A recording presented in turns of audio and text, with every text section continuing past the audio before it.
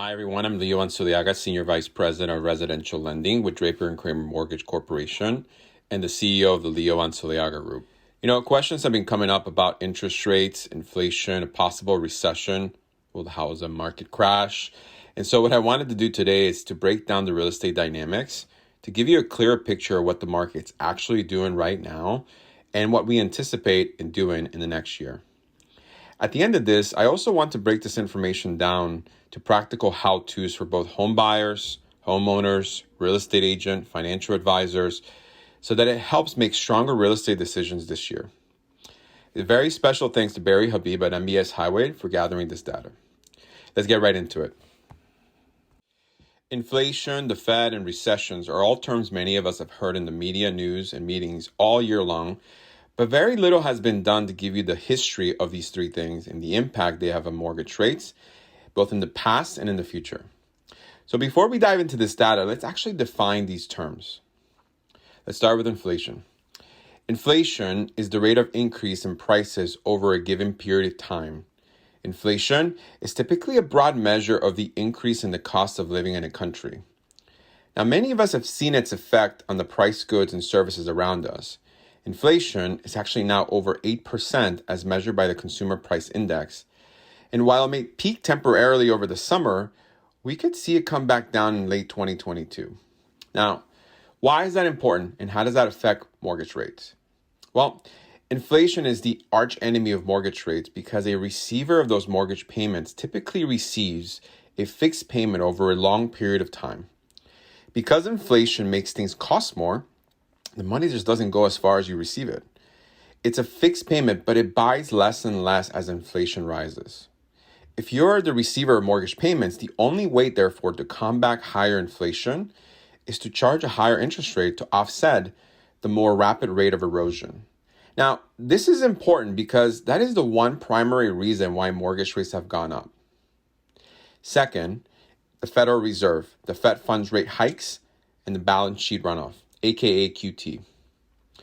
The Federal Reserve is the U.S. central banking system that monitors risks to the financial systems and works to help ensure the system supports a healthy economy for U.S. households and communities, with core responsibility to set the Fed funds rate, manage the money supply, and regulate financial markets. Now, we have heard a lot about the Fed's hiking the Fed funds rate, but how does that affect housing and mortgage rates, and what does that actually mean? Well, strictly speaking, the Fed can change only one single rate, and that is the federal funds rate. This rate determines how much interest financial institutions charge one another to borrow money overnight to meet liquidity requirements. That said, and in line with our previous point, the Fed reduces the Fed funds rate to try to stimulate the economy and raises the Fed funds rate to try to head off inflation. Now, the Federal Reserve tends to keep the Fed funds rate within 2% to 5% sweet spot to help maintain a healthy economy. But there actually have been exceptions. The nation's benchmark rate has been increased well above that range at times to curb runaway inflation, but it also dipped well below 2% to stimulate economic growth.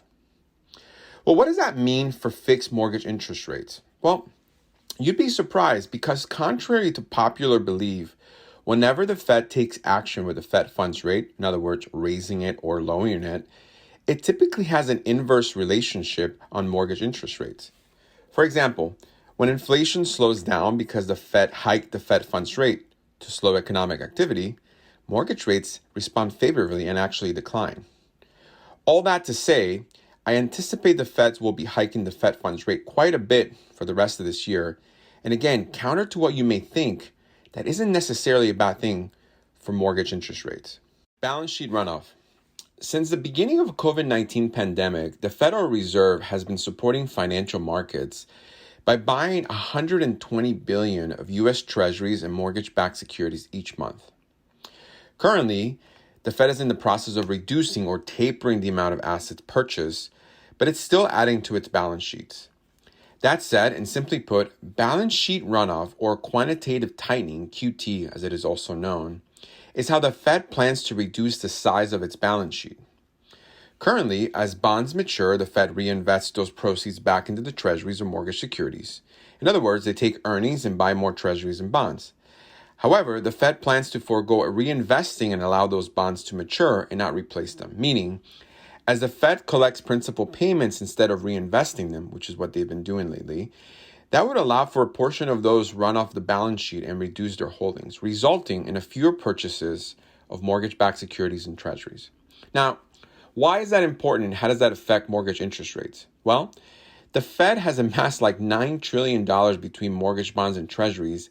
And as we will unpack in further detail later, as the largest buyer of mortgage-backed securities, the Fed, exits the market and stops buying these instruments, interest rates go up. Last but not least, recession. While this too affects mortgage rates in the financial sector, and as I'll unpack the economic implications later, I'd be remiss not to acknowledge that a recession affects lives. During a recession, a lot of people tend to lose their jobs. Therefore, it is imperative not to look at this component as just another buzzword or indicator. A recession, by definition, is a decline in economic activity spread across the economy, lasting more than a few months. Normally visible in real GDP, real income, employment, industrial production, and wholesale retail sales. Now, how does this affect interest rates? Well, interest rates typically decline during a recession as loan demand slows, bond prices, and central bank eases monetary policy. In other words, a result of a recession is lower interest rates. Now, many folks in my industry have predicted a recession in late 2022, early 23. If this happens, what does that mean for mortgage rates and housing? Well, let's take a look at what history suggests. Let's start with inflation. If we go back to the 70s and 80s, in the late 70s, Arthur Burns was the Fed chair, and he watched inflation go from 7% to 14%. Now, based on the principle we learned earlier, mortgage rates go up when inflation goes up, and that's exactly what happened. Mortgage rates went from 12% to 18%. Paul Volcker came in, and he took our Fed funds rate already at 11% to 20%. Within 2 years, he slowed the economy enough so that inflation went way down and mortgage rates went down also. So let's cement this. When the Fed fund rate went up and inflation declined due to a slower economy, mortgage rates dropped. Mortgage rates dropped, but there was a recession. Again, every time the Fed tries to slow inflation in the economy by hiking the Fed funds rate, we get a recession, and the stock market doesn't like it. Under Greenspan, we also saw inflation rise, and as a result, mortgage rates rose. He took the Fed funds rate from 4.75% to 6.5% within a year. He slowed the economy enough to where inflation dropped, and because inflation dropped, mortgage rates dropped from 8.5% down to 3.5%. So think about that, right? Hiking the Fed funds rate, not interest rates, but the Fed funds rate, and slowing the economy to kill inflation causes mortgage interest rates to decline. There's a pattern here, and part of that pattern is a recession, which is almost unavoidable, and the lousy stock market performance after Fed raises the Fed funds rate to lower inflation and also inevitable. Our current Fed Chair, Jerome Powell, has seen inflation go from 1.5% to 8.58% at the time of this recording. And mortgage rates have gone from 2.5% to the high fives, low sixes. With a recent hike of 75 basis points at the time of this recording, the Fed fund rate is currently sitting at 1.75%, and there are talks that he could get it somewhere near 3% by the end of 2022. That should cause inflation to drop, which means mortgage rates should drop towards the end of this year, beginning of next year, as we've discussed. This also means that a recession is unavoidable and might be difficult for the overall stock market. That said, let's add the balance sheet runoff, also known as QT, into the mix and analyze its impact over the last few years to mortgage rates in the economy. Let's take a look at the last time we were in this situation where the Fed was hiking the Fed funds rate but had balance sheet that they started to run off. Take a look at the interesting dynamic between the hikes and the balance sheet runoff as it relates to mortgage rates. So let's start at the end of 2015, December 2015 to be exact. The Fed hiked the Fed funds rate by a quarter and mortgage rates dropped. As inflation, though, began to creep back in, mortgage rates went up.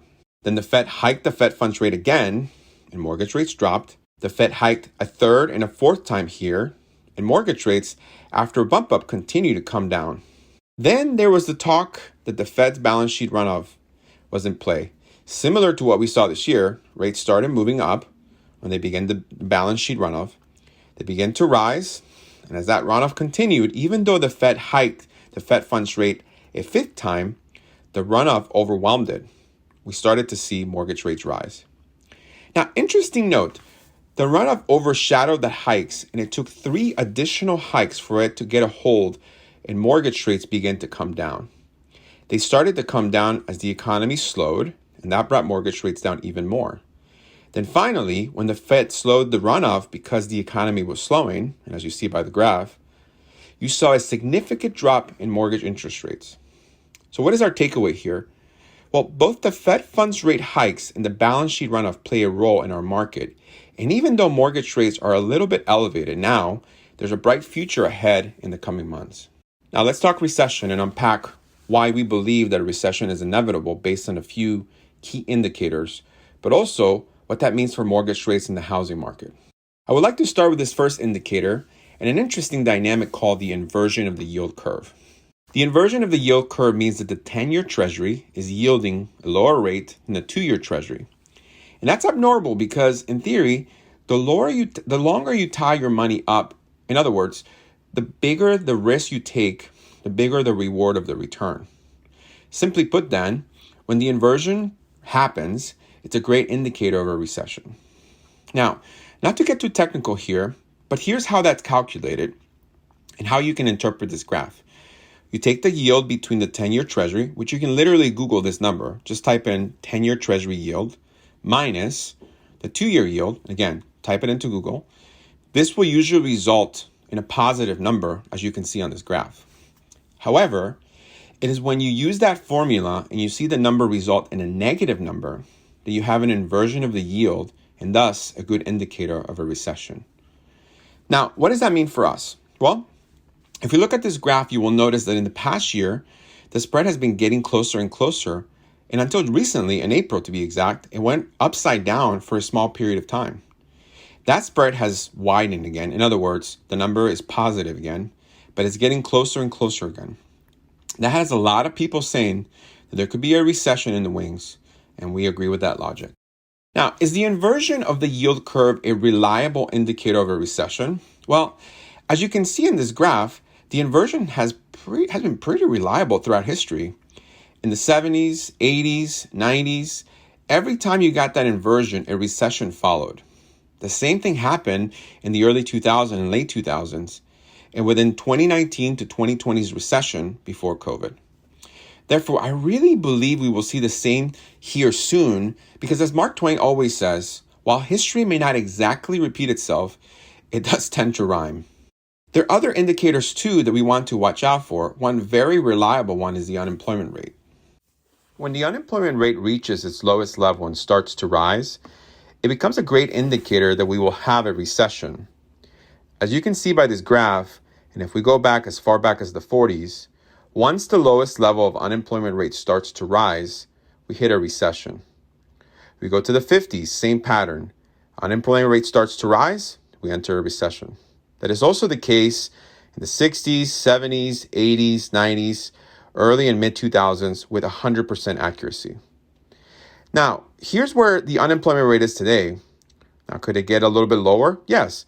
However, as the Fed hikes start to take hold and we start to see things slow down, we may see the unemployment rate start to take up again, giving us a reliable forecast of a recession. What does that mean for interest rates?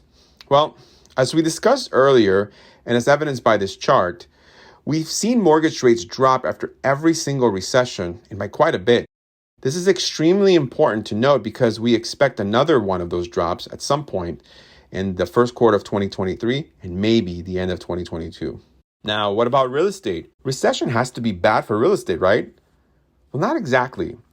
As we look at the real estate trends historically, you can see that in the 60s, 70s, 80s, 90s, home prices did well every time we had a recession and went up quite a bit afterwards, even in the early 2000s.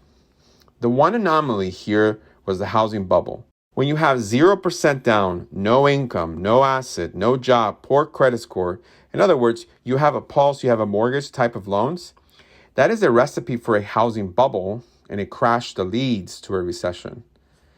But something that's extremely important to note is that it wasn't the recession that caused home prices to decline. Instead, it was the loose lending standards. Now, after the industry tightened itself and followed new regulation to prevent conditions like that, you can see that prices have gone up quite a bit since then, and equity positions have gone up as well. As you can see by this graph, in the last recession, true to form, rates decreased and home values rose. Therefore, this pattern allows us to reliably predict the markets in the coming months. But how can we be so sure, and why is that the case? It is a simple issue of supply and demand, right? We have another presentation coming out soon to explain this in detail. But simply put, our market today is much stronger than the market of 2007 because back then we had 3.7 million units for sale. So when people had to liquidate their homes, the number of buyers could not match the inventory available. Today, we have less than 1 million units for sale, while the number of households have grown. If we look at this graph compared to household to 2007, you will see that we've got 14 million more households fighting for almost 3 million fewer homes. Again, I look forward to unpacking this in further detail in our new webinar coming out soon. In closing, as your mortgage advisor, I'm always searching for ways to make real estate and mortgage trends easier to digest and actionable. So, what do we do with this information? For buyers, as I always say, you buy a house when you're ready to buy a house. That said, if you're thinking about buying a house but have been hesitant because of all of the negativity you've been hearing in the news, I hope this information has helped you to make sense of the market, but also armed you with the knowledge that you need of the opportunity in front of you. We would love to work with you and help you unpack the options specifically tailored to your needs. For a homeowner, if you have a high interest rate mortgage, just hold on tight. Reach out to us about our mortgage under management program, where we not only manage the biggest liability you have, which is your mortgage, but also look at opportunities to put you in the best position to restructure your mortgage via our no net cost refinance in the coming months. For real estate agents, use this information to better equip your clients with facts, but also connect us with them so that we can unpack this in more detail for them and how it applies to their specific needs. And finally, for our financial advisors, use this to educate all of your clients and feel free to use this as a resource when you evaluate the real estate position and future investments of all of your clients. We really do believe that the future is bright and that every consumer deserves the best price and advice for all their mortgage needs. See you next time.